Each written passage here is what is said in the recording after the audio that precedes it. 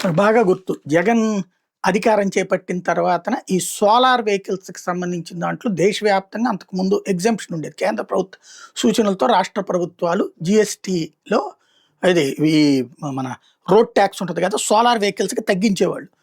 అలా తగ్గిస్తున్నటువంటి కాన్సెప్ట్‌లోనే నడిచినాయి. కానీ సోలార్‌కి సంబంధించినంత వరకు ఒక సిస్టమ్ పర్ఫెక్ట్‌గా నడుస్తూ వచ్చింది.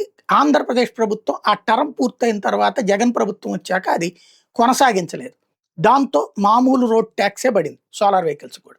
దాంతో అనేక మంది సోలార్ వెహికల్స్ కావాల్సిన వాళ్ళు హైదరాబాద్‌కి పోయి కొనుక్కున్నారు. టూ వీలర్స్ అయితే ఇక్కడే కొన్నారు గానీ, ఓ 2000, 3000 తేడా అని. ఫోర్ వీలర్స్ వచ్చేటప్పుడు అక్కడికెళ్ళి కొన్నారు. ఎందుకని 2,00,000 నుంచి 3,00,000 తేడా వస్తది టాక్స్.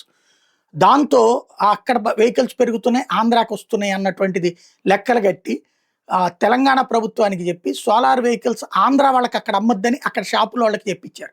దాంతో అక్కడ ఏదైనా వాహనాలు కొనాలంటే సోలార్ వెహికల్స్ తెలంగాణ అడ్రస్ ఏదన్నా ఉంటే ఇవ్వండి ఐడీ కార్డు అని చెప్పి ఆ విధమైనటువంటిది వాళ్ళకే అమ్మినటువంటి పరిస్థితి కూడా ఉంది. అంటే ఆ విధంగా జరిగింది. ఇదంతా ఇప్పుడు ఎందుకు చెప్పాల్సి వస్తుందంటే, ఇప్పుడు మళ్ళీ ఆంధ్రప్రదేశ్‌లో రోడ్ల మీద పేరుతో రోడ్డు సెస్ పేరుతో 10% చార్జ్ చేస్తున్నారు. అంటే 10% అంటే ఇప్పుడు 10,00,000 వెహికల్‌కి రూ. 1,00,000 కట్టాలి. 20,00,000 వెహికల్‌కి రూ. 2,00,000 కట్టాలి.